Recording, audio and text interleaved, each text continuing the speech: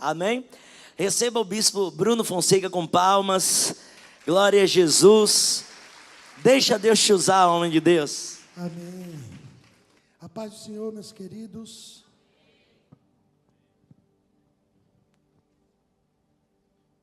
Vamos abrir aí as nossas Bíblias, por gentileza.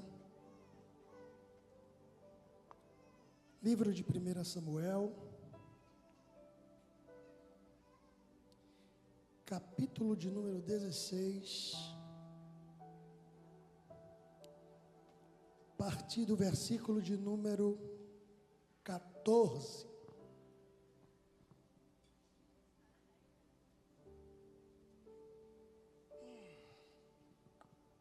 Amém, meus queridos? 1 Samuel, capítulo 16, a partir do verso 14, vamos ler até o 23. Todos ligados aí, digam amém? Diz assim a palavra do Senhor.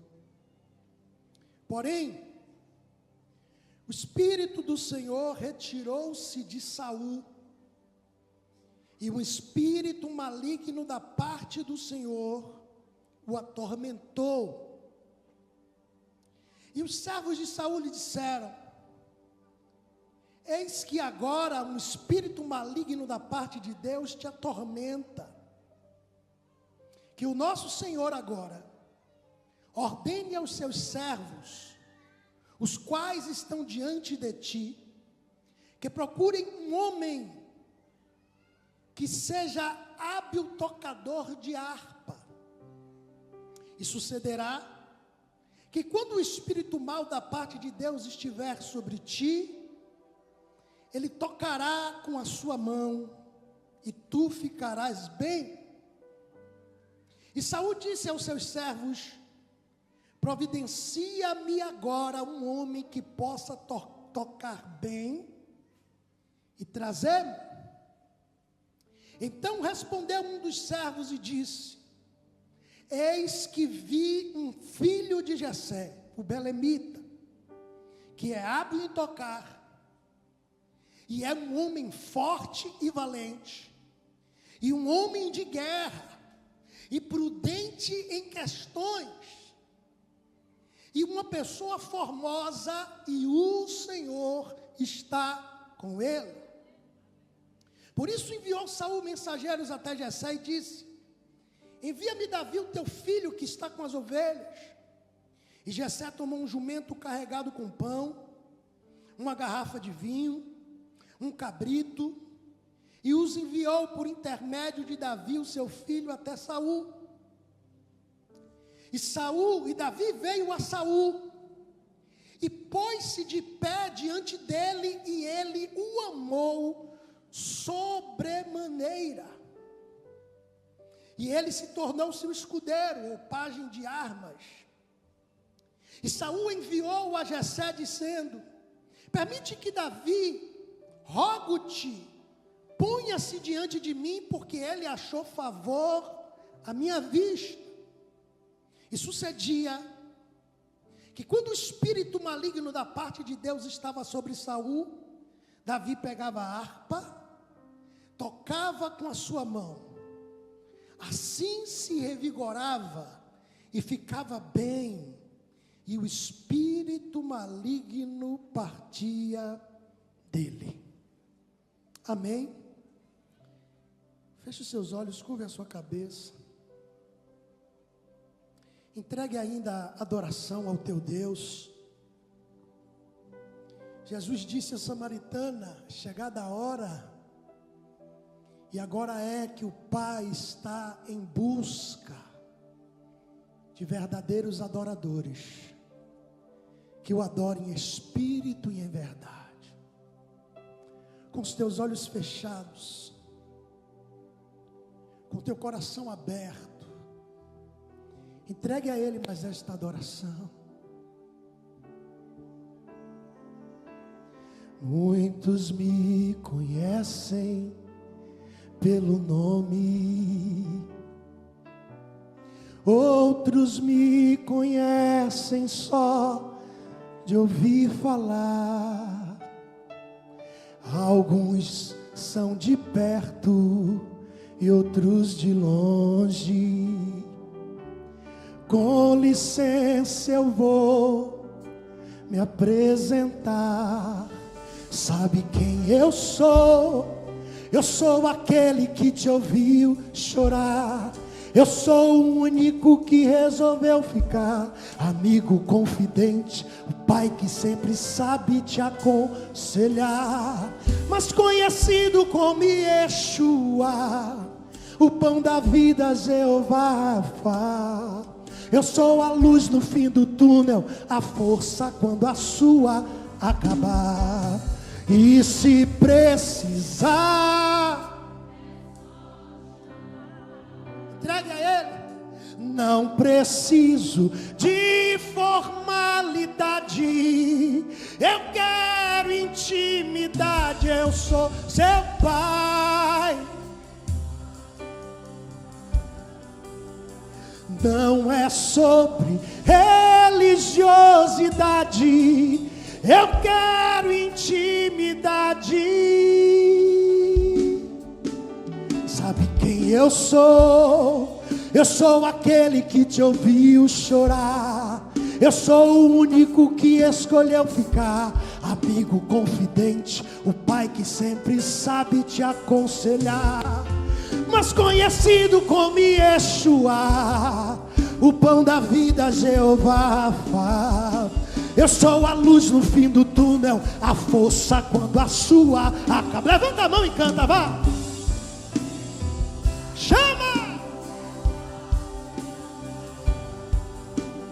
Não preciso de formalidade, eu quero intimidade. Eu sou seu pai, é só chamar.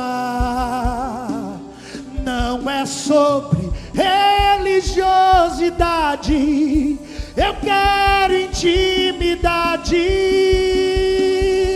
Está comigo a cada dia, estás comigo a cada dia.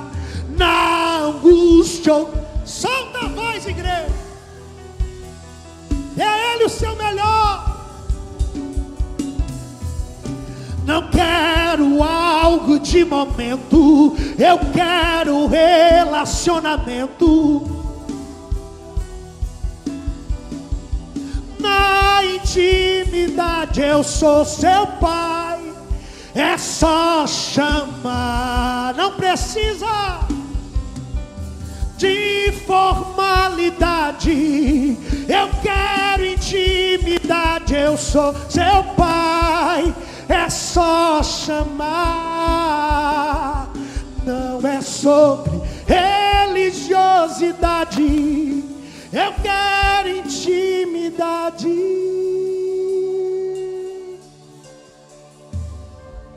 Fale conosco mais uma vez nesta noite, Senhor. Tuas mãos eu te entrego esta palavra, a tua igreja. Continua a fluir no nosso meio, Espírito Santo. Eu dependo da tua presença. Seja conosco, em nome de Jesus. Só quem concorda, diga amém. E diga graças a Deus. Dá um glória a Deus aí para não perder o costume. Aleluia. Adoração como estilo de vida manifesta a glória de Deus e gera libertação. Eu preciso dizer a você que me ouve nessa noite que a Bíblia é 100% verdadeira. Não existe contradições, não existe erros. A Bíblia, ela é verdadeira. Pela fé, nós entendemos que esta é a palavra de Deus. Mas eu vi essa semana um trecho de um podcast, onde o entrevistado era um cientista. E nós sabemos que ciência e religião se confrontam. Os cientistas não acreditam na nossa fé, para não falar de englobar todas as religiões. Eles não acreditam na nossa fé. E eu vi um trecho de um cientista convertido a Cristo. blog de ciência, o outro que era cientista, o dono do podcast, perguntou: mas como você, cientista, consegue acreditar e ter fé em Deus e no que está escrito na Bíblia? Aí ele respondeu e disse: quando eu li o livro de Gênesis, os primeiros capítulos de Gênesis, que eu vi como Moisés narrou a criação do mundo, eu estudei aquilo ali e percebi a ordem como Deus criou cada coisa. Primeiro dia Deus usa somente para criar dia e noite. Criou a luz, e o que o dia era bom, separou da noite, foi o primeiro dia. Segundo dia ele separa as águas de cima, de baixo, separa o firmamento e começa a terra a produzir.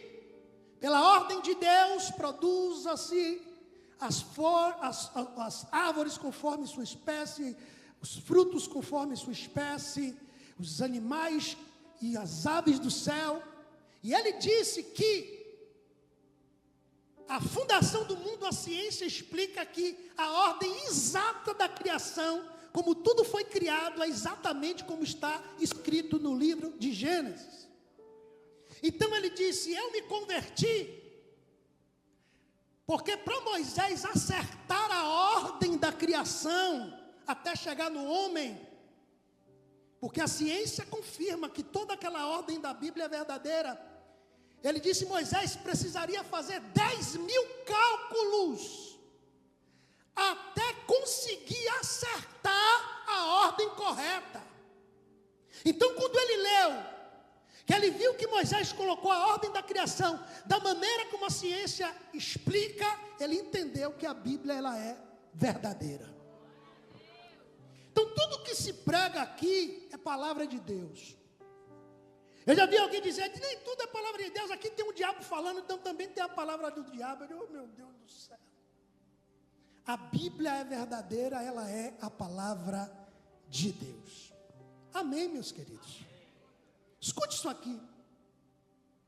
Saul começa a reinar em Israel. Nos seus primeiros anos ele já se atrapalha, já tropeça. Eu tenho um entendimento que Saul amou mais o trono, o reino e o cargo do que o Deus que havia escolhido ele. Ele se preocupou mais em manter o seu reino, em manter a sua coroa, e lutar pelas riquezas da terra, que as traças e os ladrões roubam, e a traça consome, do que o Deus que havia escolhido ele. Então, nos seus tropeços e na sua ganância e na sua sede de poder, ele perde a presença do Espírito Santo. A Bíblia vai dizer aqui no versículo 14: porém o Espírito do Senhor se retirou de Saul, e um espírito maligno se apossou dele. A tradução diz: um espírito maligno da parte do Senhor, porque Deus tem comando sobre todos os espíritos. E o Espírito Santo, a partir do momento que sai de sobre Saul, com permissão de Deus, o demônio entra, e Jesus havia confirmado isso. O espírito, quando sai, ele anda por lugares áridos, buscando onde pousar, mas ele, retornando à sua antiga casa e achando vazia e adornada, traz 7 piores, habita ali. O estado daquele homem é pior do que o primeiro. A Bíblia se confirma, ela se conecta. Agora Saul era atormentado por um espírito maligno, ficava endemoniado. E alguém da sua casa, alguém dos seus servos, disse: olha, você precisa encontrar alguém que toque bem a harpa. E quando o espírito maligno vier sobre você, essa pessoa com sua mão vai tocar a harpa e você vai se aliviar, você vai sentir-se melhor. Então Saul toma aquela ideia e disse: vai e busque alguém que saiba tocar bem a harpa e traga ele até a mim. Daí então, se apresenta um homem no versículo 18 e diz: eis que eu vi um filho de Jessé belemita. Ele é hábil em tocar, mas não só isso, ele é homem forte e valente. Mas não só isso, ele também é homem de guerra. Mas não só isso, ele é prudente em questões, sisudo em palavras. Mas também não só isso, ele é uma pessoa formosa, de gentil presença, e Deus é com ele. Davi é escolhido aqui. Interessante que Saul ouve o primeiro conselho, ele está procurando só alguém que saiba tocar. Porque nós temos que ter um entendimento que em Israel, principalmente nesse tempo, onde já tinha se estabelecido um rei, onde já tinha-se leis, não existia ali música mundana, entenda isso. Tudo que se tocava em Israel é louvor do Senhor. Não existia pagode do mundo ali, não existia reggae do mundo ali. Todos os ritmos, todos os instrumentos em Israel, todas as músicas, era de louvor a Deus, era de engrandecimento ao nome de Deus. Então ele diz, traga alguém que sabe tocar. Mas somente alguém que sabia tocar podia ser o suficiente para Saul. Mas Davi era alguém muito mais do que sabia tocar. Davi era um verdadeiro adorador. Davi tinha a adoração como seu estilo de vida. São 150 os salmos. Do total de 150 salmos, Davi escreveu 74 salmos. Se ele escreve um salmo a mais, metade do livro de salmos seria na conta de Davi, porque Davi, ele era um adorador. E além disso, a Bíblia vai dar aqui algumas características, e de que eu posso dizer que quem tem a adoração como estilo de vida, quem atrai a glória de Deus, quem gera libertação, deve conter nele essas características.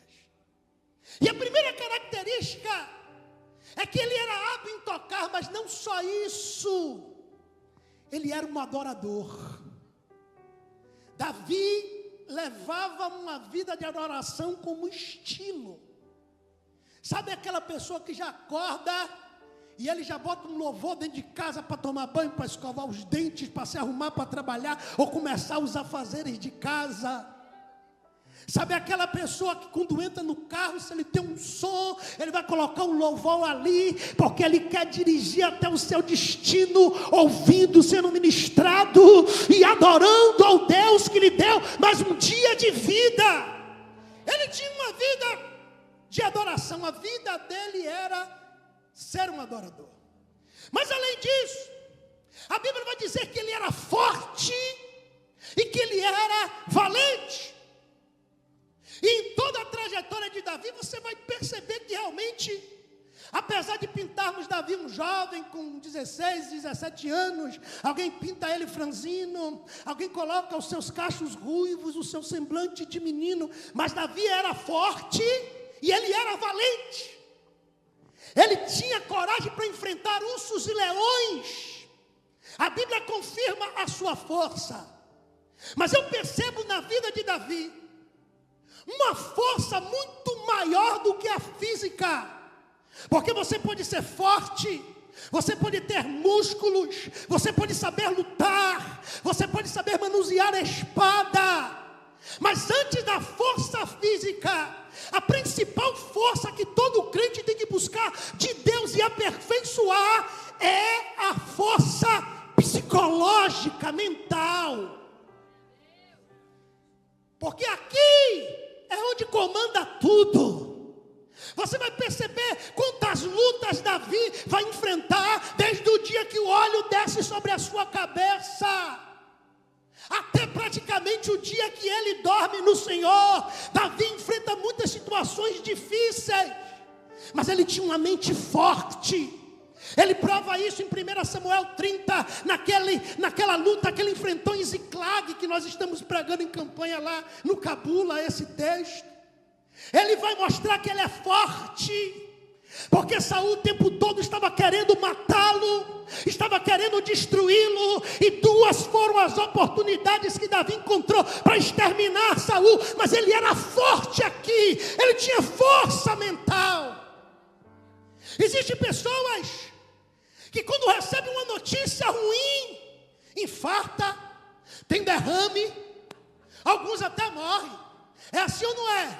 Se abala, entra em síndrome do pânico, depressão, é falta de ter força aqui dentro, é falta de buscar fortalecimento de Deus aqui dentro, equilíbrio, força mental, para ser como Jó, que recebeu notícias ruins, uma atrás da outra, mas rasgando as suas vestes, foi ao chão e adorou a Deus. Força psicológica. Quem está me entendendo, diga amém.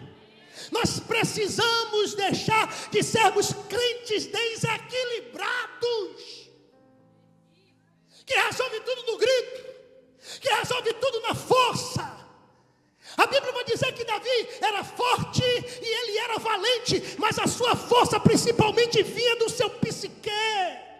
Quem está me entendendo, diga amém. Você precisa fortalecer a sua mente em Deus, porque como Jó também tinha uma vida, adoração como estilo de vida, porque ninguém adora se ele já não tinha aquele costume. A Bíblia diz que Jó oferecia sacrifícios preventivos a Deus, porque pensava, se por acaso meus filhos pecarem, já oferecia sacrifício. Ele já vivia uma vida de adoração.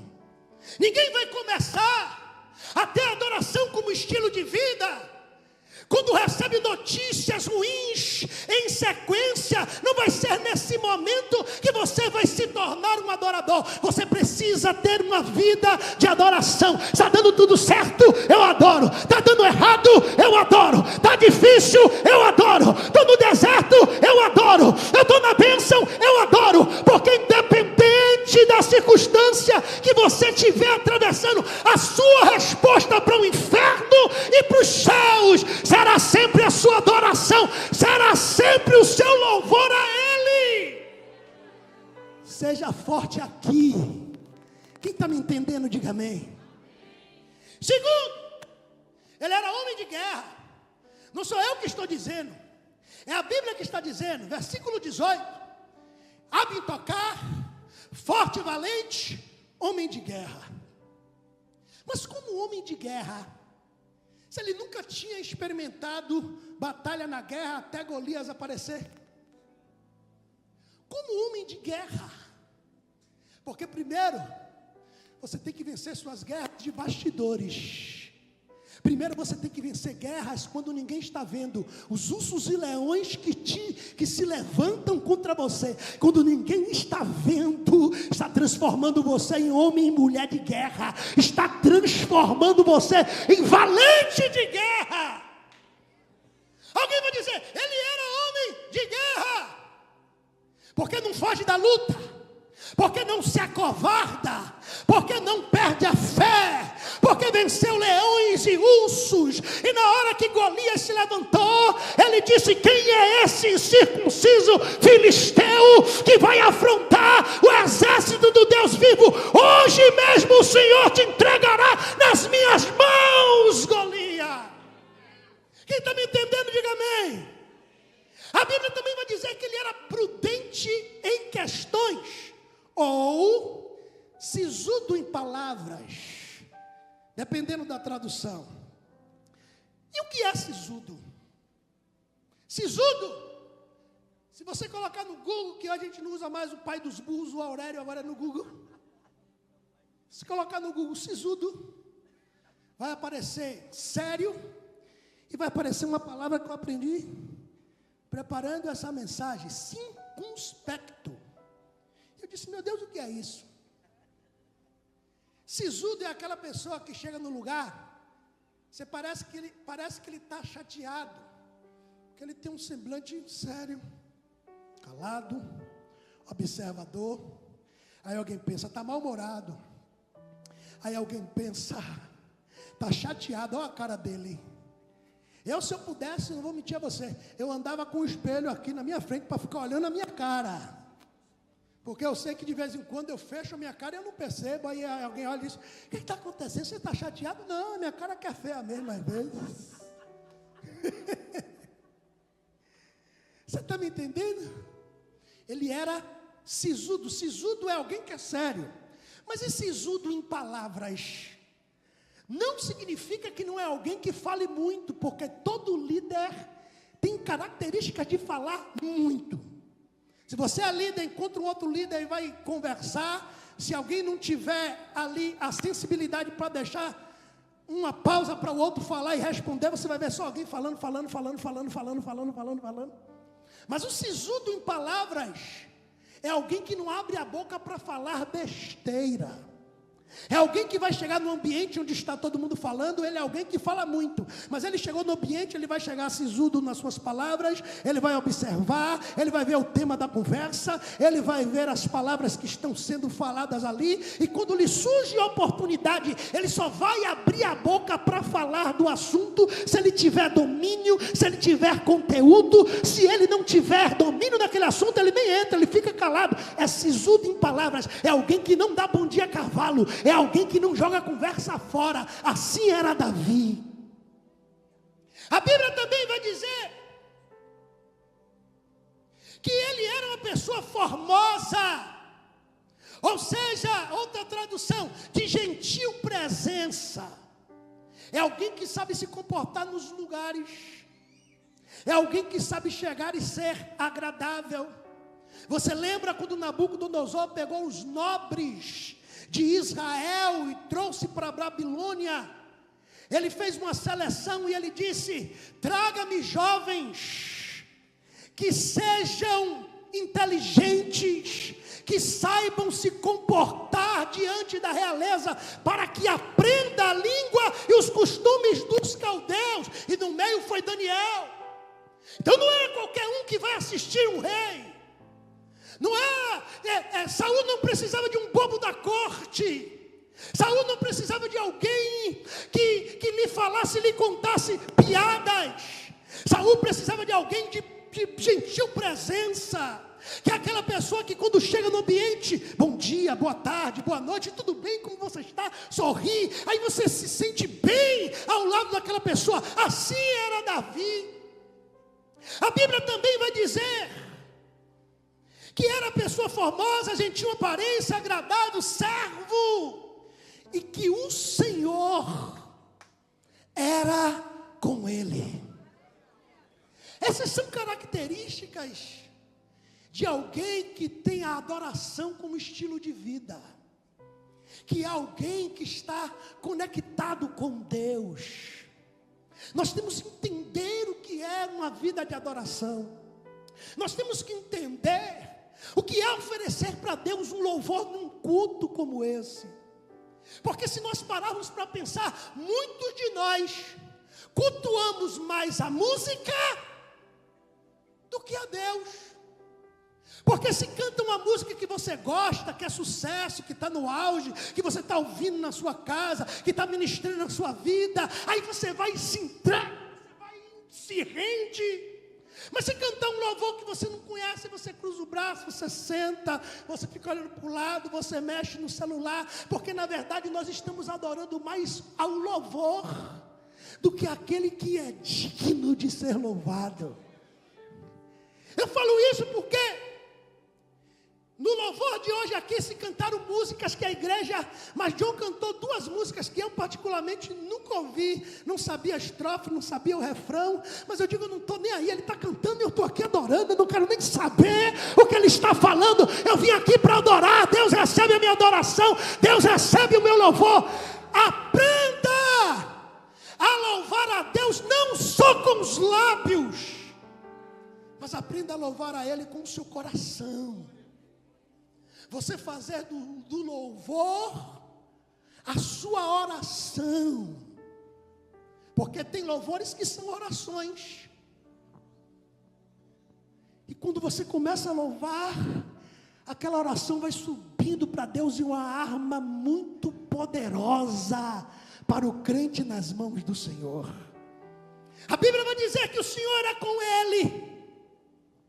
E às vezes quando o Senhor é conosco, as pessoas têm medo de nós. Olha isso aqui, por favor, é Christian, eu acredito que deve estar aí. Coloque aí para mim um capítulo de número 18 desse 1 Samuel. E coloque, por favor, o versículo de número 12. E depois o versículo de número 14. Olha o que diz. E temia Saul a Davi, porque o Senhor era com ele, e se tinha retirado de Saul. Bote o 14. E Davi se conduzia com prudência em todos os seus caminhos, e o Senhor era com ele. O fato de Saul perceber que o Senhor era com Davi, fez ele temer, incomodou. O versículo 13 que nós não lemos o 12 e o 14. O 13 diz que Saul pegou Davi, quando percebeu que Deus era com ele, teve medo, e colocou ele como capitão de 1000, e tirou Davi da sua presença, porque tinha medo. Aí a Bíblia vai dizer, e ele se conduzia muito bem em todos os seus caminhos, porque Deus era com ele. Quando você tem adoração como espírito de vida, você pode até não saber tocar, você pode até não saber cantar, mas a sua vida é o melhor louvor que pode ser apresentado às pessoas que estão ao seu redor. Quando você tem adoração com estilo de vida, você é forte e valente fisicamente e mentalmente. Você é homem de guerra. Pode vir, 1000 cairão ao teu lado e 10.000 à tua direita. Você não será atingido. Não fuja da guerra, não fuja da luta. É Deus que peleja por nós. Quem está me entendendo, diga amém. Você é prudente no que você vai falar. Eu me lembro muito tempo quando eu era criança, se eu não me engano, no programa de Chico Anísio, tinha um personagem que eu não me lembro se era homem, se era mulher, eu só lembro da fala que veio agora na minha cabeça. Ele dizia assim, eu só abro a boca quando eu tenho certeza. Só para os mais velhos para lembrar isso aí. Só abro a boca quando eu tenho certeza. É Davi, sisudo em palavras, não sabe o assunto, não entra. Não tem o que falar, não fala besteira, não atrapalha a conversa, senta, fica quieto e aprende. Seja sisudo nas suas palavras, seja prudente naquilo que sai dos seus lábios, porque a Bíblia diz que tudo que você falar será cobrado, pelas suas palavras será condenado, pelas suas palavras será justificado. Ele era de gentil presença.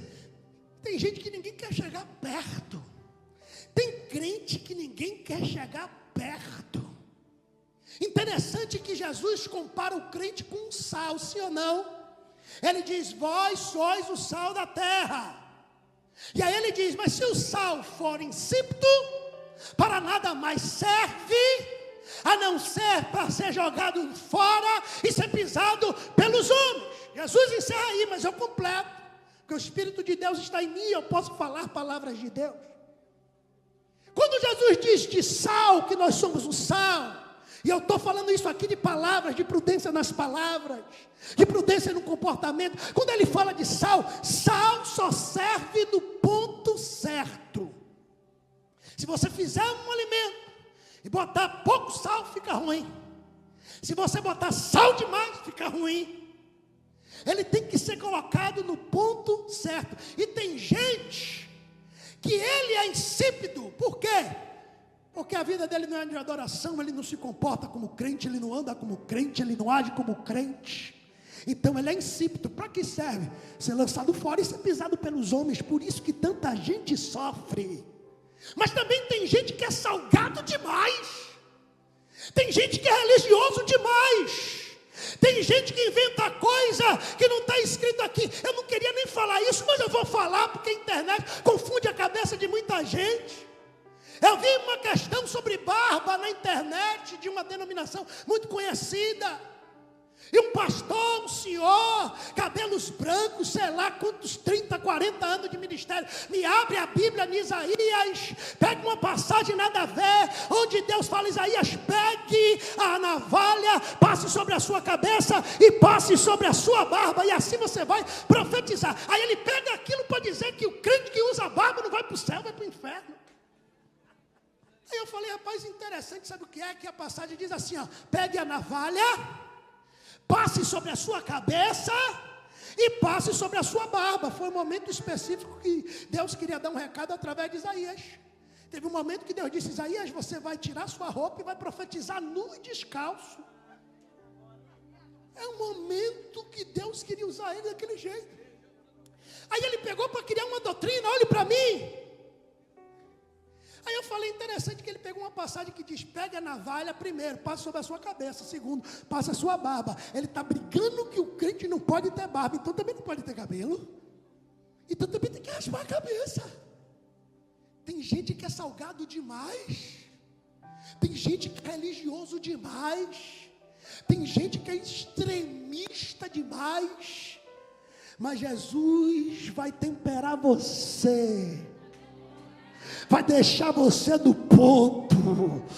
Os seus lábios, quando abrir para falar, é para sair manancial de água viva, é para sair palavra que edifica, é para sair palavras que geram vida, porque de uma mesma fonte não pode jorrar água doce e salgada. Hoje está descendo um cajadinho aí, mas está dando glória. E Deus era com ele. Queridos, Davi, ele tinha uma vida de adoração. Sempre, apesar de a Bíblia não dizer, mas eu imagino que a harpa fazia parte de todos os acessórios que ele usava no dia a dia. Então, quando ia pastorear as ovelhas, pegava a harpa. O Senhor é o meu pastor e nada me faltará. Ele adorava. Então, quando você vai tendo uma vida de adoração, quando chega em momentos difíceis, cruciais da vida, você não vai pensar em desviar. Você não vai pensar em ir para o mundo, você não vai pensar no pecado, você não vai pensar em desistir da fé. Se você já vem uma vida de adoração, por mais que o mundo caia na sua cabeça, quando ele terminar de cair, você vai se levantar, vai tirar a poeira e você vai adorar. E a vida de Davi era assim, porque ele cai com Betseba, depois ele casa com ela que mata Urias, ele tem com ela um filho que foi fruto da queda, e o menino nasce, a Bíblia diz, e Deus feriu a criança. Aí vai dizer a Bíblia Sagrada, que Davi entrou no seu quarto, não deitou na sua cama, estava no chão.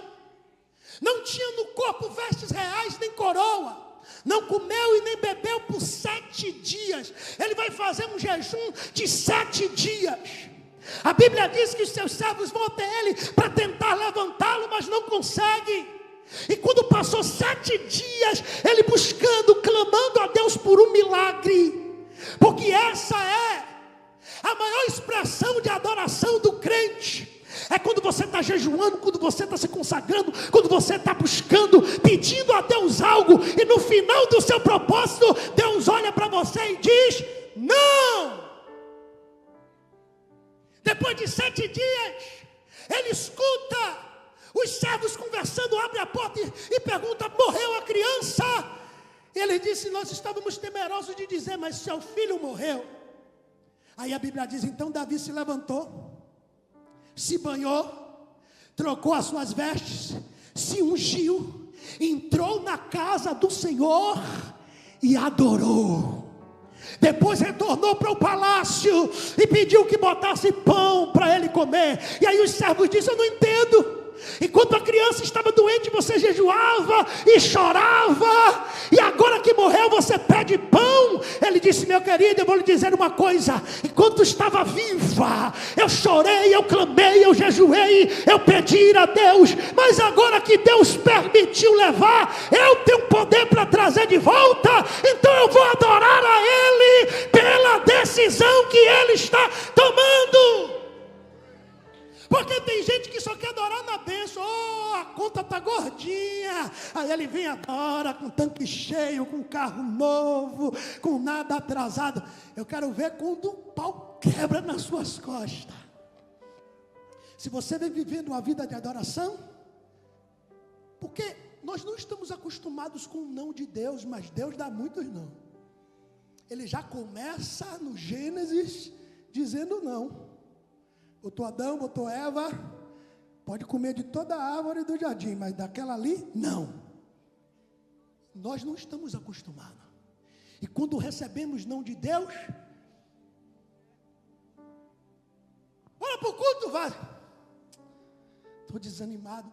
É porque se você vem numa vida de adoração, se você vem numa vida fazendo aquilo para Deus, quando vir a luta, você vai dizer: nada me para, nem a morte, nem a vida, nem principados, nem potestades, nem poderes, nem altura, nem o presente, nem o porvir, nada poderá nos separar do amor de Deus que está em Cristo Jesus. Tem alguém que pode adorar aqui nessa noite? Tem alguém que pode dar um glória a Ele?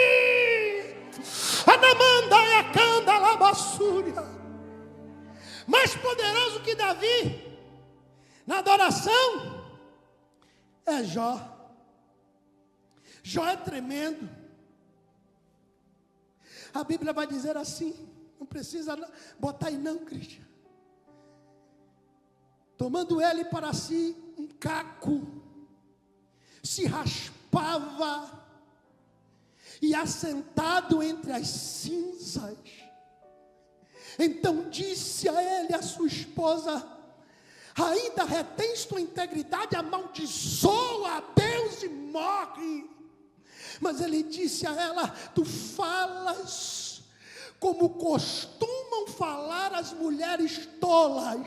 Se recebemos o bem de Deus, não receberemos o mal. Em tudo isso, Jó não pecou contra Deus.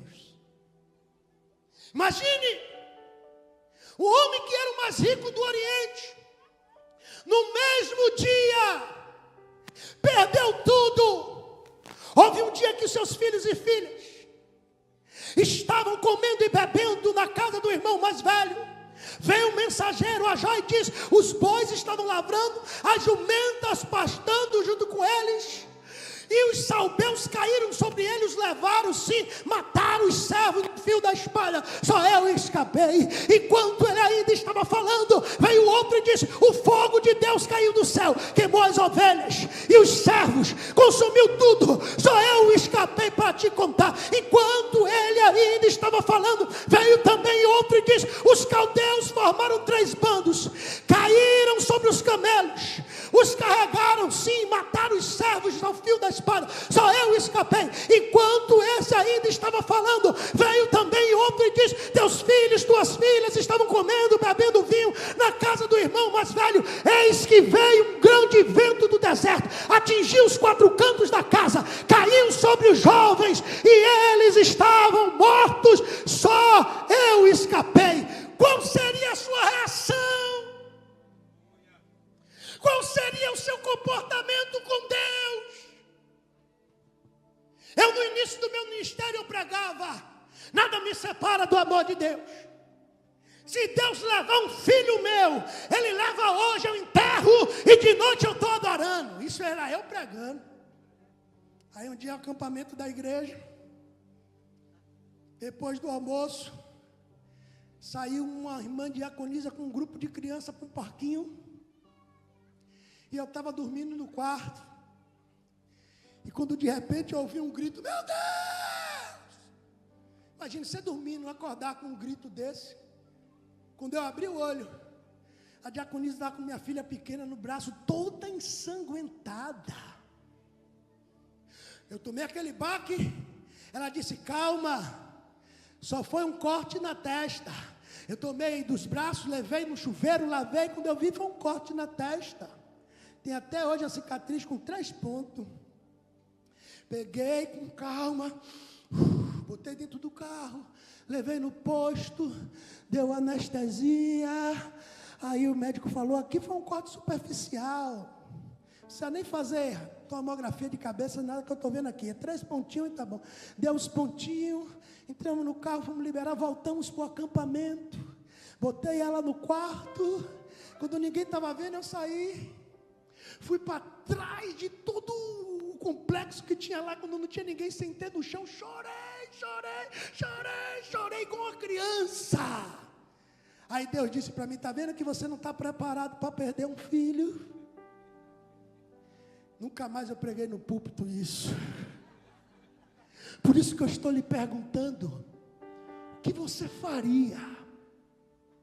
Se você tem uma vida de murmuração, você ia murmurar. Se você tem uma vida de reclamação, você ia reclamar. Mas se você tem uma vida de adoração, se você conhece a Deus como Ele te conhece, e entende que tudo que Ele faz é perfeito, ainda quando Ele tira alguém que nos ama, aí a Bíblia vai dizer assim: então Jó se levantou, rasgou o seu manto, raspou a sua cabeça, se prostrou em terra e adorou ao Senhor. Você nunca vai colocar um tênis, um short, uma camiseta e vai correr daqui até o Porto da Barra, vai bater lá e vai voltar correndo, se você não tem o hábito de fazer isso com frequência. Para você fazer um percurso desse, você tem que todo dia estar ali. Primeiro vai correr 1 quilômetro, depois vai aumentar, vai correr 2, aí o corpo vai preparando, vai correr 3, vai correr 4, aí quando você vai ver, você vai lá no Porto da Barra, bate e volta correndo, como se nada tivesse acontecido. Assim é a vida do adorador. Se ele só adora no culto na igreja, quando vierem as dificuldades, ele vai se entregar.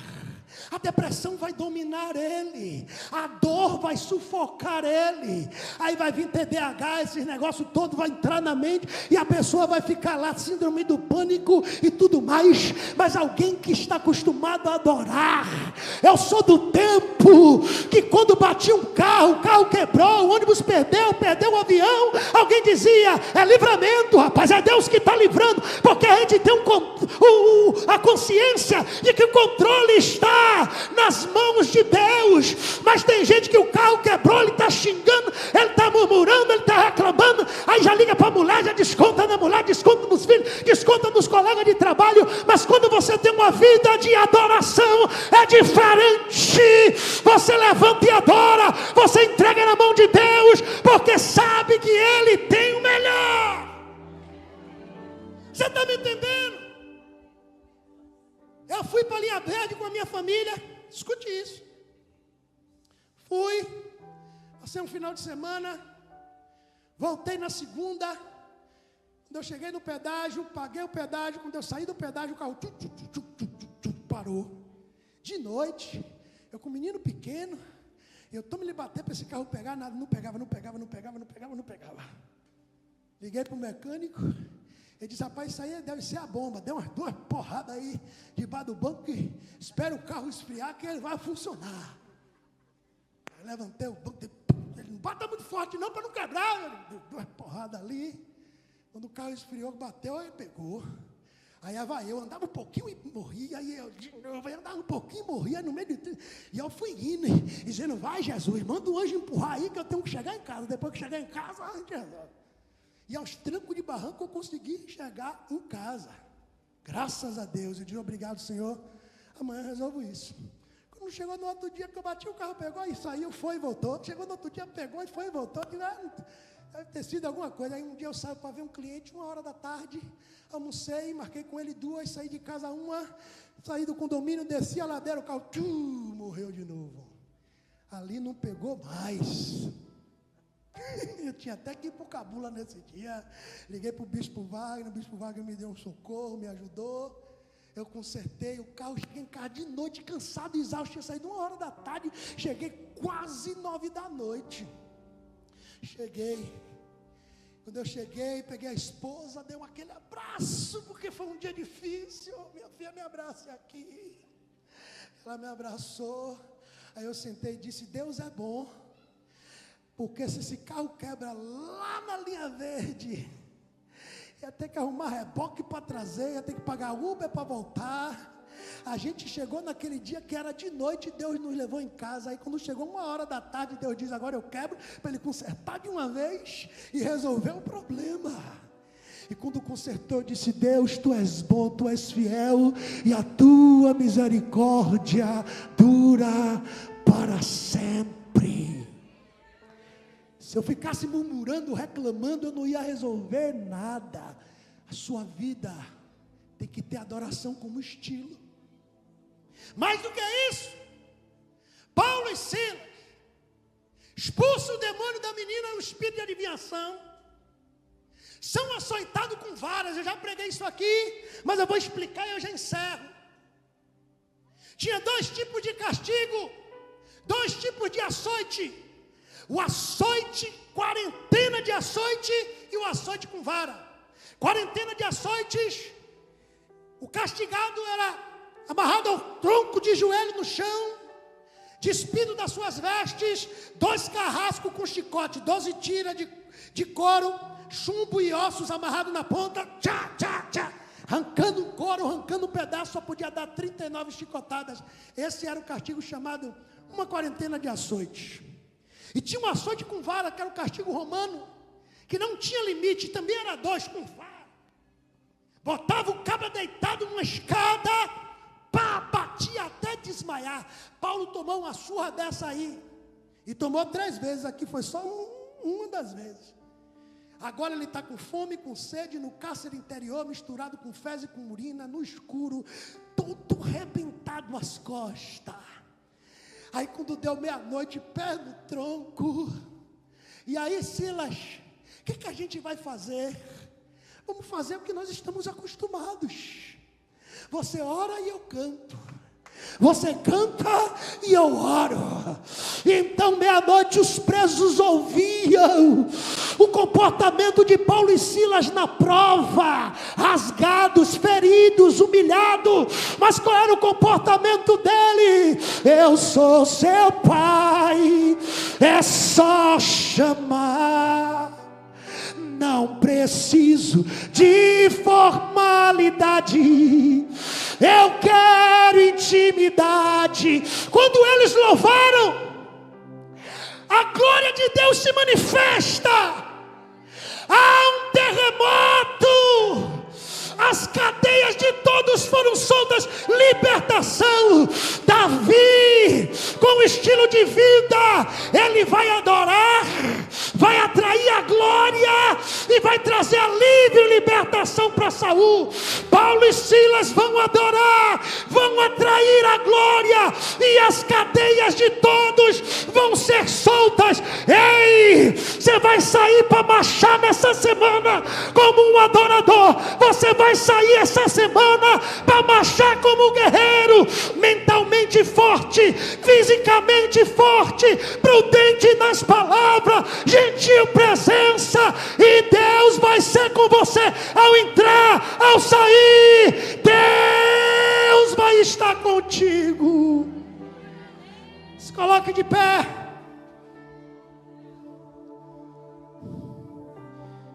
Qual é a adoração que você ainda pode oferecer? Pare de orar no relógio, já vai acabar, já vai acabar. Adore. Adore. Adore.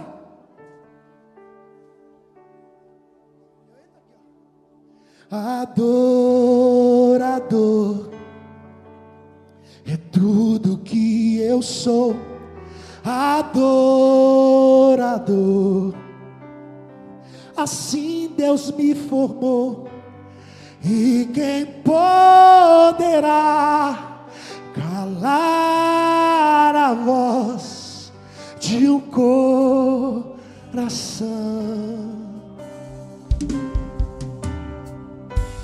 Se eu subir ao céu, eu sei que lá está. Se eu mergulhar no mais profundo mar, nunca poderei me ausentar do teu olhar. Você pode levantar as suas 2 mãos para Ele e dizer: vá, Tu és o Deus que me sonda. Bem forte, igreja, vá. Tu és o Deus que me vê. Não tenho todas as respostas, mas de uma coisa eu sei: por toda a minha vida te adorarei. Adorar é o que sei, adorar é o que sou. nada pode calar um adorador. Não existem prisões que contenham A voz de quem adorar, Senhor, adorar. Adorar é o que sei, adorar é o que sou. nada pode calar um adorador. Não existem prisões que contenham A voz de quem te adora. Senhor, Se eu vencer, te adoro, se eu perder, te adoro, se eu subir, te adoro. se eu descer, te adorar é o meu prazer. Da onde é que vem a tua força? Diga. Minha força vem do Senhor. Nada pode calar um adorador. Adorar é o que sei, Adorar é o que sou. nada pode calar um adorador. Não existem Que contenham a voz de quem te adora. A voz de quem te adora. A voz de quem te adora, Senhor.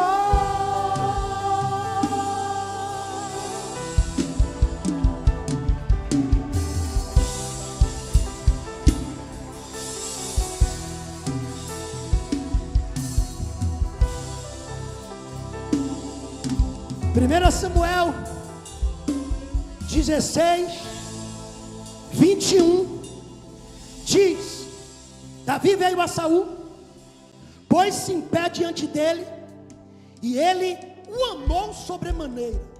Pegue essa última aplicação.